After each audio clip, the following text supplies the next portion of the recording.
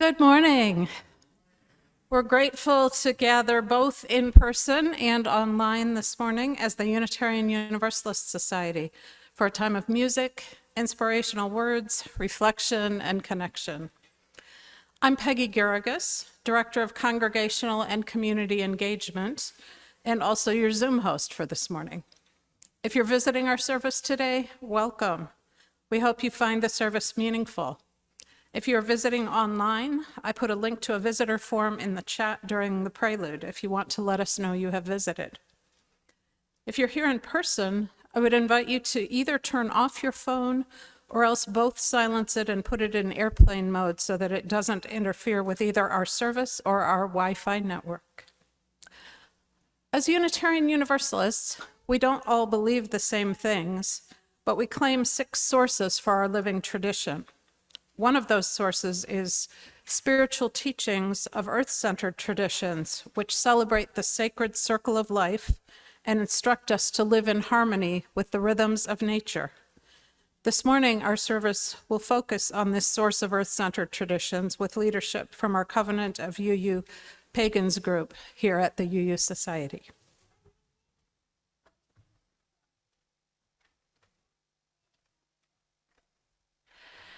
Good morning. I'm Reverend Diana Smith, the minister of the Unitarian Universalist Society, and it is wonderful to be with you all this morning. In these times of change, it is so important to be together, to come together as a spiritual community, to gain the sustenance that we each and all need, and to help nourish each other. As members of a covenantal faith that expresses our core value of love through how we agree to be together and to support each other, it is good to come together and to affirm that even when we cannot yet all be together in body, this congregation remains strong and connected. To affirm that we have faith and hope in this congregation, in each other, and in the ways that we continue to grow together during the challenges of life. And to affirm that wherever any of us is on our life's journey, whether we come to worship with joy in our hearts, weighted with burdens, in need of rest, or searching for people to engage in the struggle with us, we are glad, and this community is glad that we are here. Today, we are celebrating Equinox, a special time, the beginning of spring. Many cultures have stories that explain why equinox happens, and today we'll be sharing a Shinto story from Japan and exploring the important messages it has for us today as we approach this spring equinox. And so as we begin, we share the words of Reverend Evan Carville Zemer, who writes, "If we lived in another climate, our souls might speak other languages.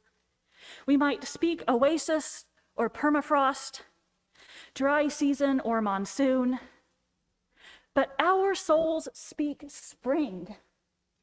Our souls speak green shoots pushing through last year's leaves. Our soul speak flower buds stretching to the sun. Our souls speak mud puddle and nest building, damp earth and worm castings, tiny green leaves and frog choruses. We speak spring because spring sings in us. We gather to nurture our faith in our own growing, our own courage to push through, our own blossoming in beauty, our own small part in the spring of this world. Come, let us worship together." And so, as we begin, we'll join our voices in song by singing "Come Sing a Song with Me." Virginia Milroy will lead us. If you're at UUS, please sing softly into your mask, hum, or move your hands or body with the music. You can rise as you in body or in spirit. And if you're at home, please feel free to sing as loudly as you'd like. Song with me, come sing a song with me, come sing a song with me, that I might know your mind, and I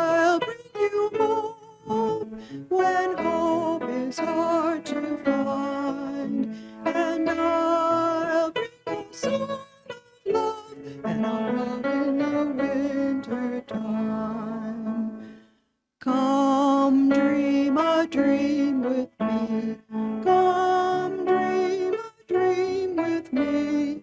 Come dream a dream with me, that I might know your mind. And I'll bring you home when hope is hard to find. And I'll bring a song of love and a rose in the winter time.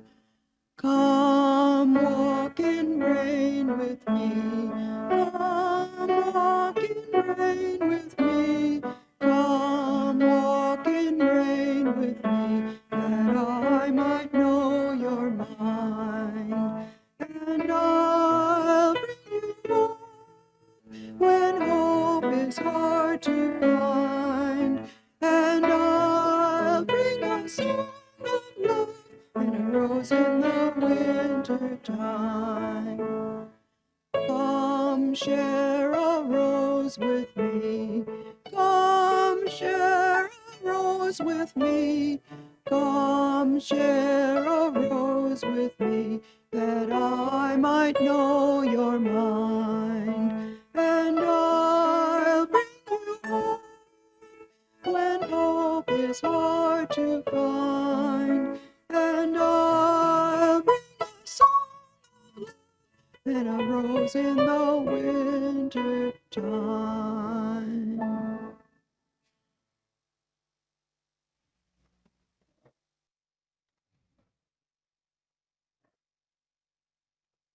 As Unitarian Universalists, we light a flame within a chalice as a symbol of our sanctuary and safety, to unite us in our worship and to remind us of our ongoing search for the light of truth.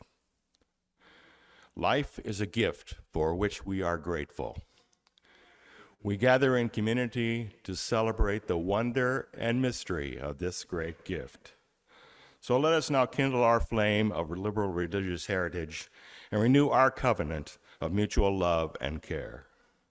Love is our doctrine, the quest for truth is our sacrament, and service is our prayer. To dwell together in peace, to seek knowledge and freedom, and to serve those in need. This we promise, this we covenant with life and one another.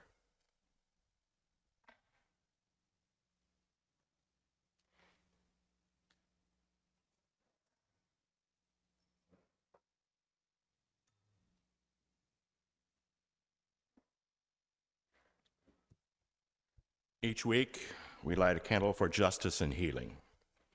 We hold space for our understanding of our inner independence, that our liberation is bound up with every other person's liberation.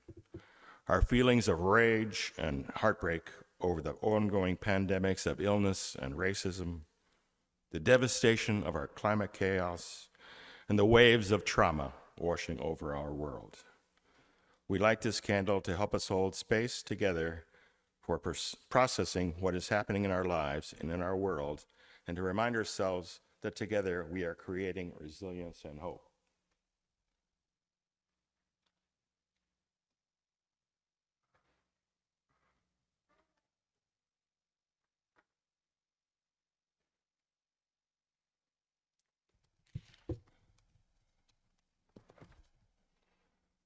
We light this candle that we may not be numbed or lost to injustice, devastation, illness, and trauma, but rather to find strength, courage, and love together to continue engaging with the struggles for liberation, justice, and healing.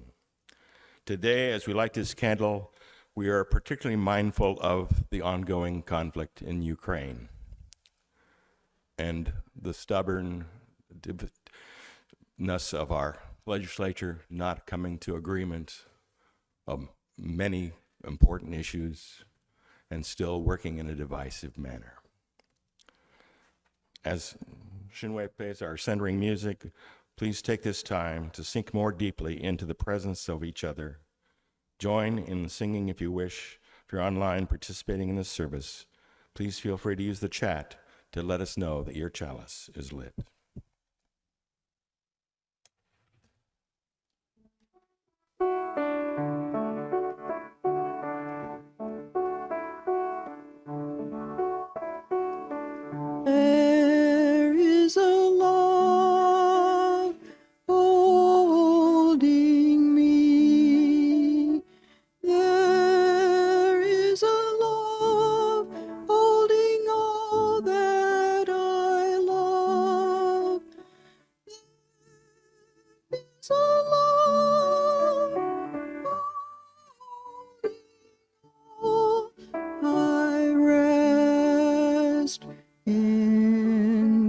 this love. Please join me.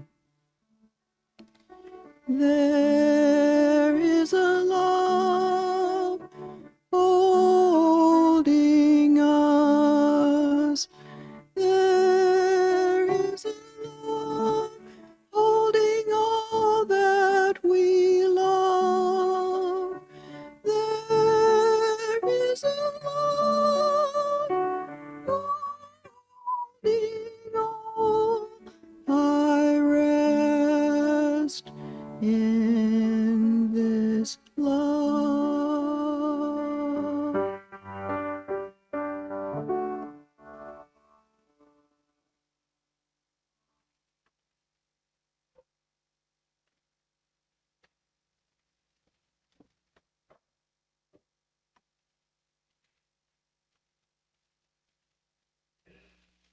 So the equinox is a celebration of a moment in balance where day equals night. We begin to look forward to longer days, returning warmth, seeds germinating, and the season of growing. I'm going to share a retelling of the story about a Japanese deity, which means goddess, Amaterasu, and how she hid herself away in a cave and then was encouraged to come out again by those who love and need her. After the creation of the earth, to help life flourish, Amaterasu, the sun, was born. She was placed in the sky where her radiance and beauty can be seen by everyone. Amaterasu had 2 younger siblings, the god of the moon, a peaceful and composed child who was just a fraction as bright as his sister, and the god of the seas, a boy with an awful temperament who was prone to violence. Jealous of his sister's brilliance because he could not shine at all, he sent a storm to destroy Amaterasu's weaving room, where she created many beautiful things. Her weaving room was destroyed, a beloved companion died, and all her looms and the beautiful things she had created were ruined. Amaterasu was so devastated by fear and grief, she sought refuge in a cave, hiding her light from everything on the earth. Without Amaterasu, the earth was cold and dark. Things did not grow. There was no warmth. Ice formed everywhere, and no one wanted to leave their dwelling. Does that sound familiar? Maybe like a season that's just ending now. After some time went by, seeing the state of things, the gods and goddesses gathered outside the cave and attempted to convince Amaterasu to come out and shine her light on the earth again. They tried begging and pleading, but Amaterasu was not persuaded to come out. Then, the goddess of laughter had an idea. She placed a large mirror facing Amaterasu's cave against a nearby rock and began to dance and sing and laugh, urging the other gods and goddesses to do the same. Can you imagine a party like this? Diana, you want to help with the... All right. So, let's see if we can make a big party with lots of laughing. To help us do this, we're going to do something called laughter yoga. Now, as we do this, please pay attention to your physical and emotional needs, whether you're here in the sanctuary or whether you're at home. If a certain movement isn't available to you, that's okay. Sometimes laughter yoga can also bring up big feelings, and that's okay too. Okay. So, I'm going to take you through some exercises to do laughter yoga. Laughter yoga is really fun. It's where we use laughter as an exercise and also bring lots of joy into the room, because we're going to see if we can have a big party. Now, there are 4 basic steps to laughter yoga. One of them is clapping and chanting. And the way that you clap in laughter yoga is you bring your entire hands together like this, okay? So clap, clap, clap, clap, clap, clap, clap, clap, clap. Okay, and this brings together all of your acupressure points, so it brings much more joy. So we're gonna go ho, ho, ha, ha, ha, ho, ho,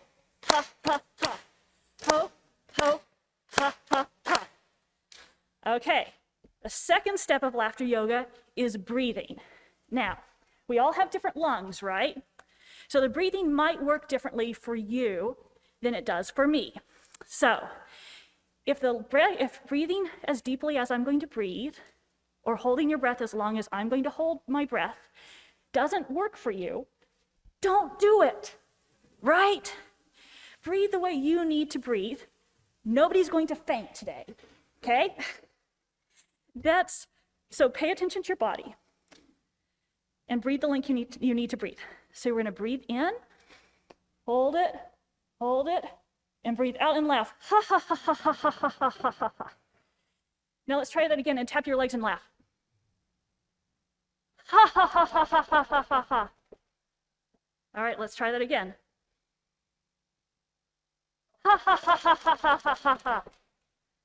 All right, step number 3 of laughter yoga is childlike playfulness. Some of y'all know about that better than others, right? Some of us tried to grow out of it, but we haven't quite done it yet. And so one of the things about childlike playfulness, and most of us know this, is the shape of our bodies helps our mood. And so part of this childlike playfulness is about affirmations and bringing up good memories. So we're gonna try going very good, yay. Okay, try it with me. Ready? Very good, yay. Very good, yay. Very good, yay. Woo! All right. Now our fourth step of laughter yoga is going to be laughter yoga exercises. So first we're going to warm up. So remember what I said about breathing, okay? So if this doesn't work for you, don't do it and breathe the way you need to. All right? So we're going to go we're going to kind of breathe in and then go ho ho ha ha ha. Ho ho ha ha ha. Ready? Ho ho ha ha ha. Ho ho ha ha ha. Ho ho ha ha ha. Speed it up. Ho ho ha ha ha. Ho ho ha ha ha. Ho ho ha ha ha. Ho ho ha ha ha. Ha ha ha ha ha ha. All right, so you've done most of laughter yoga now, but you get to do one more thing if you want to. You don't have to. What we're going to do is we're going to walk around greeting each other with laughter. Now, you might want to add emotion, you might want to bow to each other, you might want to just kind of wave your arms at each other. You're not going to touch each other unless the other person says it's okay to, okay? So we get to walk around laughing at each other, greeting each other. So let's try this. So if you want to get up, you can get up. If you want to stay seated, you can stay seated. I'm going to stick here so that people online can see me. Ha ha ha ha.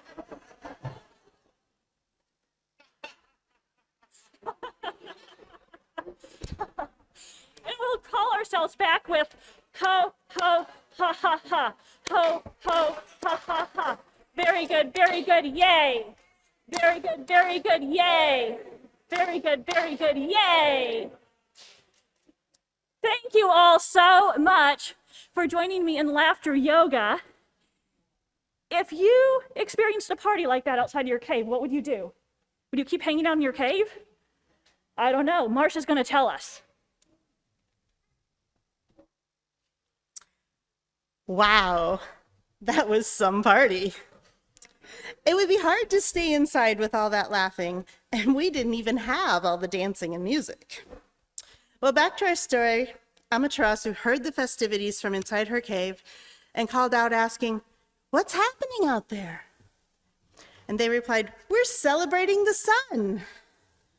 Uncertain, Amaterasu remained in the cave for a while. And then Amaterasu thought, how can they be celebrating the sun without me? Curious, Amaterasu peeked out of the cave to see who they were celebrating, and when she did, Amaterasu saw her own reflection in the mirror. Recognizing her own beauty, she left the cave and joined the celebration. Unable to continue grieving for her misfortune, Amaterasu let her light shine upon the earth once more.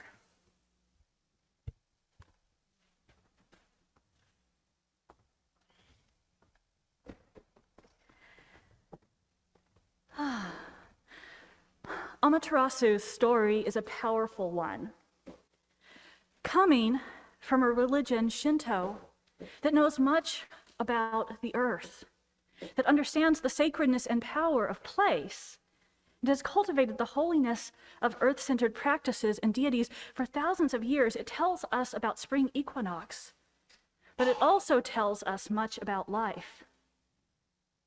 Now, being, as we are, people who dwell upon the earth and experience winter and the gifts and joys of the returning sun and springtime, like the flurry of birds we hear nowadays, especially in the morning, or the warming days and the added hours of sunlight, or the first shoots of plants poking through the soil, it's natural for us to focus on our experience of the missing sun, of wanting, of waiting for Amaterasu to emerge again.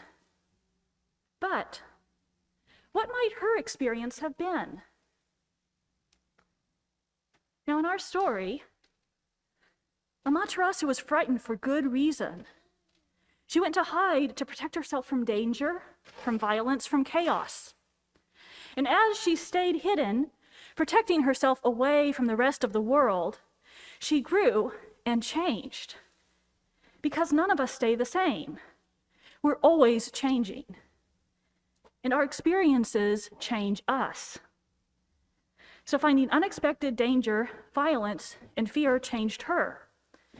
And choosing, in her power, to go away and protect herself in a cave changed her too. Living in her cave, noticing what was happening, and processing her experiences changed her. And then, emerging, beckoned by community, by the forces of life, by laughter and dancing, by wonder, and by some jealousy, and hope, changed her. And those changes continued. And I'm guessing Amaterasu continued to learn about what those changes were and how they'd changed her and how emerging had transformed her. And so we're telling her story. And we're learning from the wisdom of this tradition as we round another spring equinox, but also as we round another turning of the pandemic. Now, about a year ago, we held a service here, during which we marked 1 year since the pandemic officially began, and you here in Iowa went into lockdown. During that service, we spent time together marking and mourning losses and griefs, things that you missed. Some of the things that you said during that service were, I miss my friends and extracurriculars. I miss going to libraries and summer camps.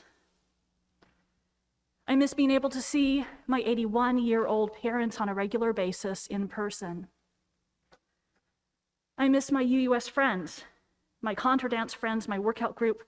I miss in-person activities. We feel grateful that we were able to do everything, work, school, and life at home, but we're missing having alone time. We're missing traveling and getting to see friends and family who live far away. Even as non-huggers, we miss hugging loved ones and touch. Most of all, I miss dancing. Despite being an introvert, I miss the joy of moving in synchronicity with others and feeling the music with a group. I so look forward to dancing with my friends and bringing others into the magic. I miss the loved ones I've lost. I'm mourning ongoing effects of illness for people I love. I miss grieving and mourning together.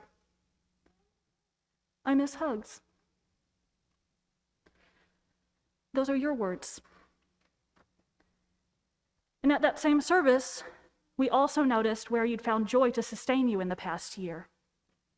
A few of the things that you said then were, I have found great joy in nature, being part of and observing seasonal change. Having my sister visit and exploring parks and nature with her. Opportunities to be creative, like painting, escaping into films and Marvel series. Our COVID kitten has brought us much laughter and distraction through his spunky play and antics. I found joy in listening and humming to music, reading, trudging trails in Willow Creek Park along Iowa River trails, casting memories of growing up in rural Iowa into 100-word stories, exchanging stories over long lunches with friends and pure solitude at times. Zoom get-togethers with family and friends, taking long walks with our dog, playing golf and swimming, making new friends online and connecting online, being with my family and riding my bike. The closeness of our family was rekindled, being able to be outdoors, connecting over Zoom, wearing pajamas to work. I find joy every day in nature around me and seeing how people are helping others. I also find joy in seeing people caring enough about others to wear masks. And time spent with children, especially in nature, with my children, especially in nature, nightly walks with my husband as a time to reconnect. Again, those are your words. And a year ago, we also began to reflect on what a year of being in the pandemic had taught you about what you value and want more of in the world. And some of what you said then was, this year has made it clear how much I want equity, peace, and protection for all who are marginalized in our country. I want everyone everywhere to feel safe and have reasons to hope for positive change. We've learned lots more about anti-racism and Black Lives Matter, 1619 and voting rights. We've recognized our privilege more this year. We value our family and boundaries around our home and work life, being part of a community that has justice and equity as one of its core values.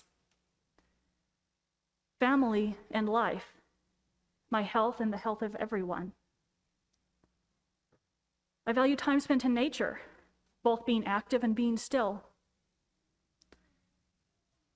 Time spent creatively, peace and quiet. We have a new understanding of the value of home space. We value time with relatives and friends. We strongly value paradigm shifts in cultural values to finally have collective agreement that Black Lives Matter. It's brought home to me how interconnected we are.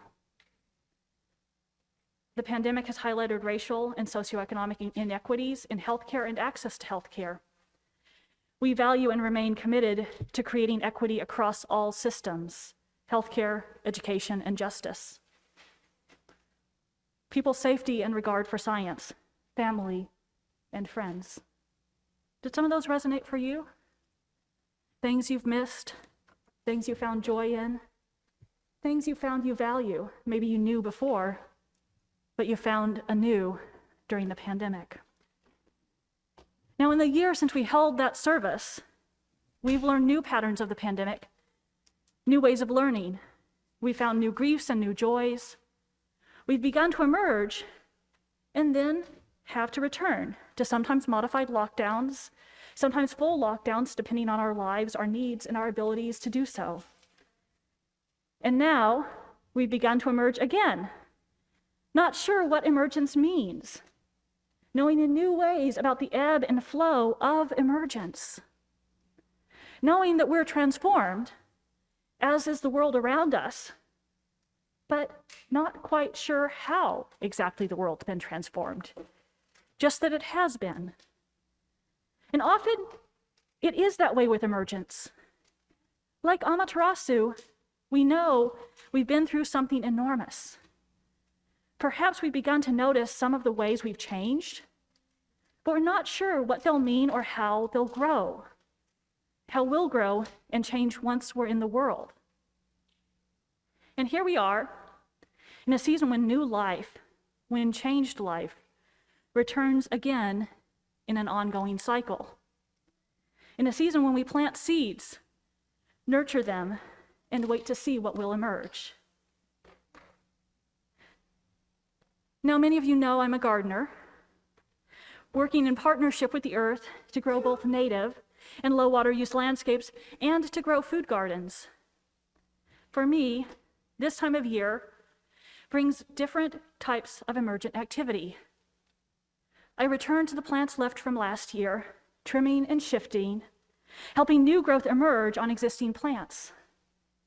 And at this time of year, I also plant seeds, additional native plants and vegetables that will sustain me, my family, and the neighborhood scavengers, both human and non-human, this summer, fall, and winter. Now, a couple weeks ago, I began this process. Yesterday, I planted more, and in a couple weeks, I'll plant other plants.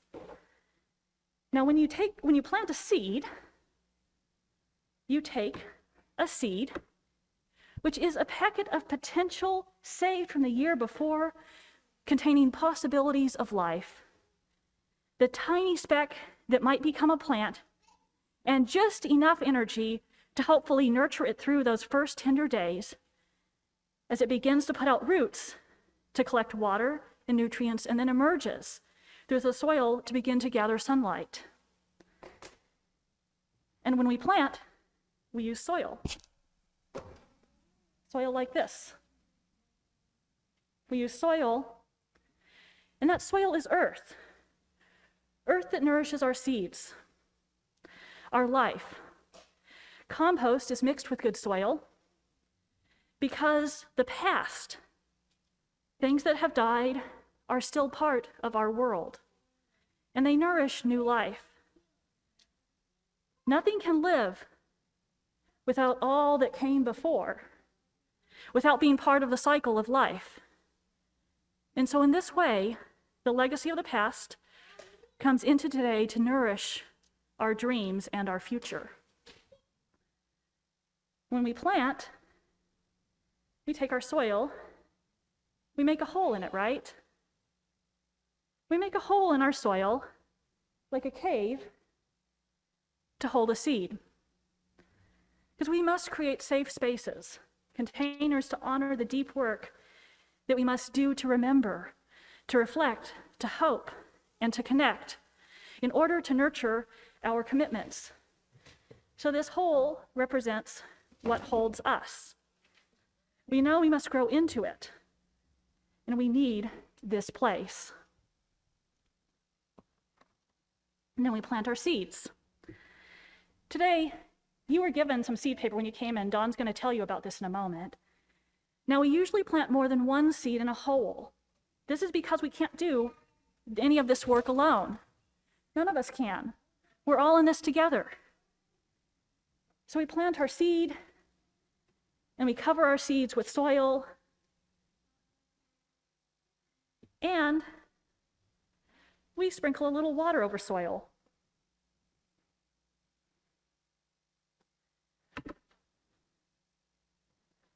This is the water of life.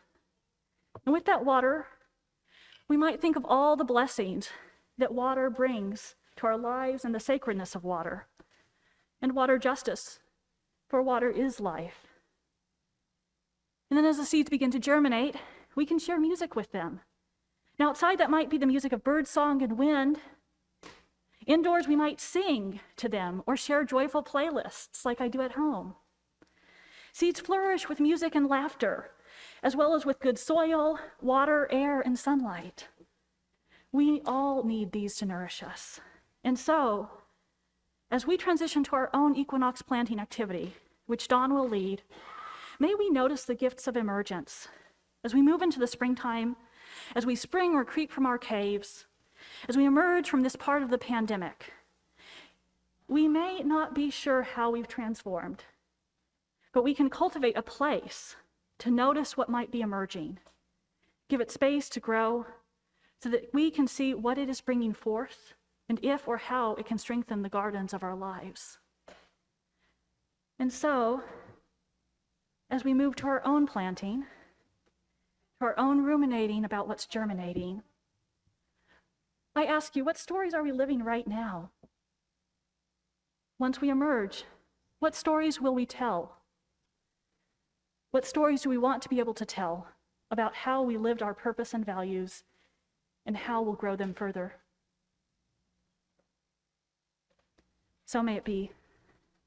Blessed be. Amen. Don?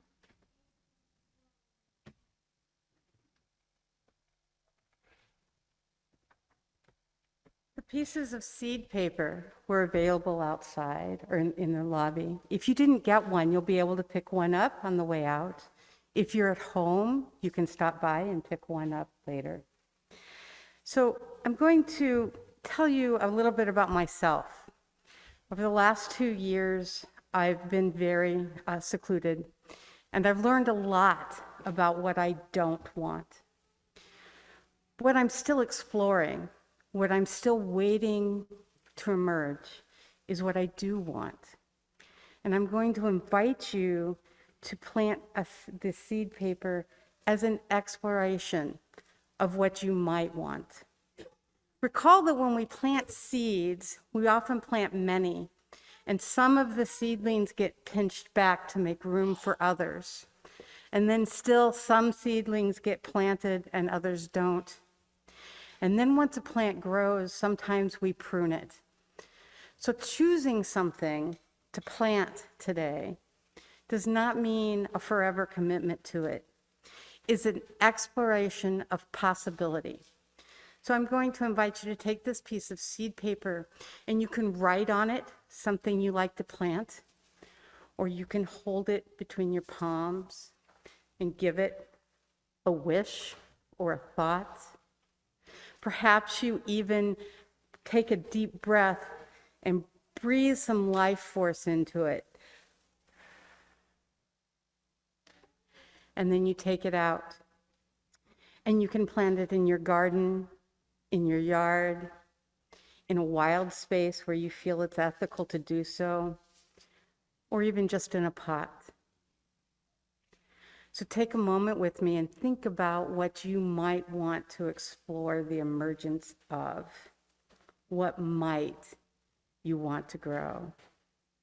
This can be for yourself, for your family or friends, your colleagues, any of the communities in which you interact. The seed mixture in this paper is called bee feed. And so another thought is that what you plant with the help of bees will help what other people's plant, what they plant and what they try to nurture.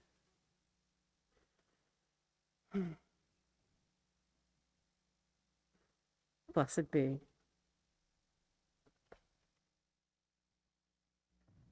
How we give, what we do with our lives, our time, and our resources is a reflection of our values.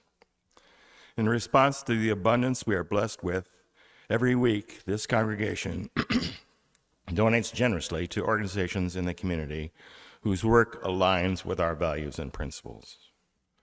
Our community partner agency this month is the Center for Worker Justice, whose priority issues include defending workers' rights to proper payment and safe work, improving housing options for low-income residents, confronting discrimination, and ensuring equal access to community services, providing assistance to those affected by the immigration policies. On the screen, you will see instructions for how to give, or you may take a time to write a check and address the envelope to U.S. and put it in the mail. If you're attending this service in the sanctuary, you can give online, and there's also a basket in the atrium for the ushers to find it after the service. You may assist our community partner, contribute to the congregation to provide additional support for our operating expenses, or contribute to your pledge to our society. The offering is a sign of commitment to this free congregation and is completely supported by the voluntary generosity of all who join with us. As we give and receive this offering, may we be transformed by our giving, and may the world be transformed by our gifts.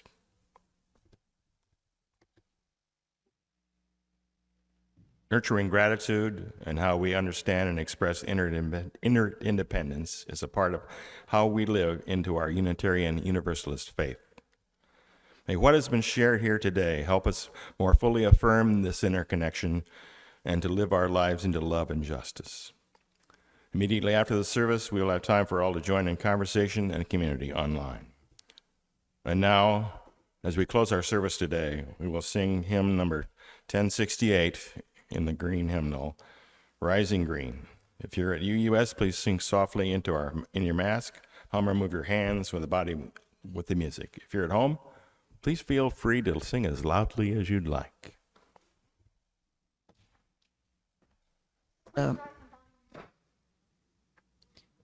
This song is not very familiar to us. We haven't done it very many times. So Shen Hui will play it through once for you to get familiar with it. And then please join in as you are able.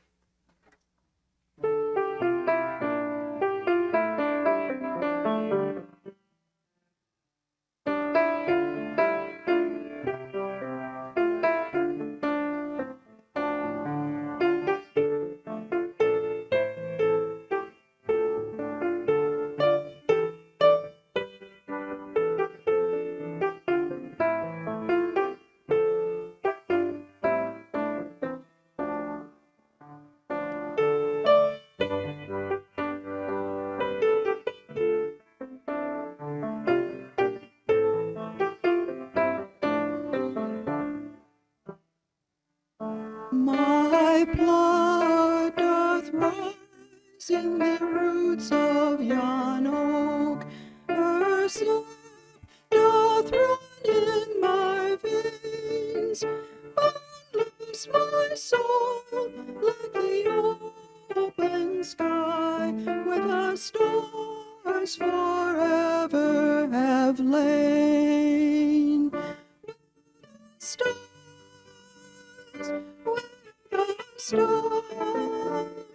where the stars forever have lain. My hands hold the weavings of time without end. My sight as deep as the sea. Beating my heart songs the measures of old, that of love's eternity.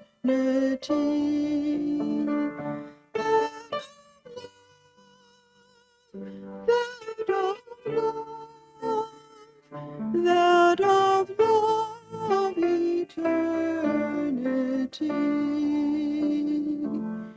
I feel the tides as they answer the moon, rushing on a far distant sand. Winging my song is the wind of my breast, and my love blows over the land.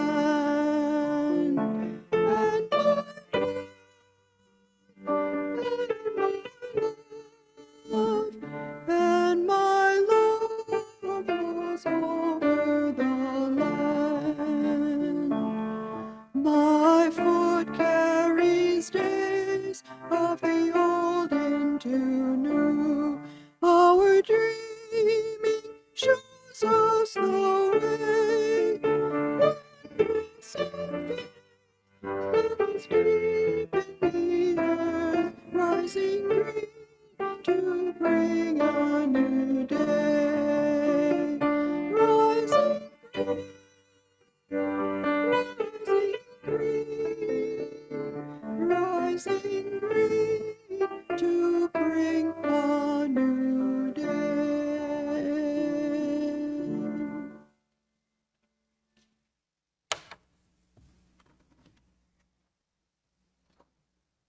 Join me in the words for extinguishing the chalice.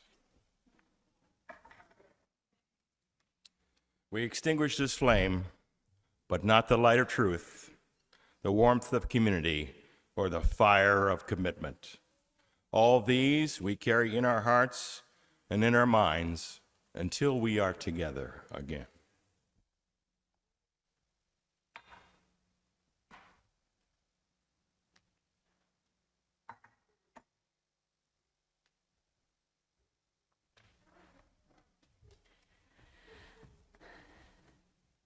And so before we head out today, I wanted to note that at 11:15 we're going to be having an 8th Principle informational session, both in the conference room and online.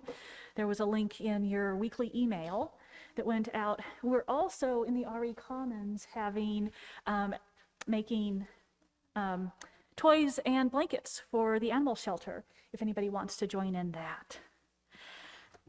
And so, as we move out into the week ahead, may we all notice the gifts of this changing season. May we notice what's emerging in our lives, in our hearts, and in our community.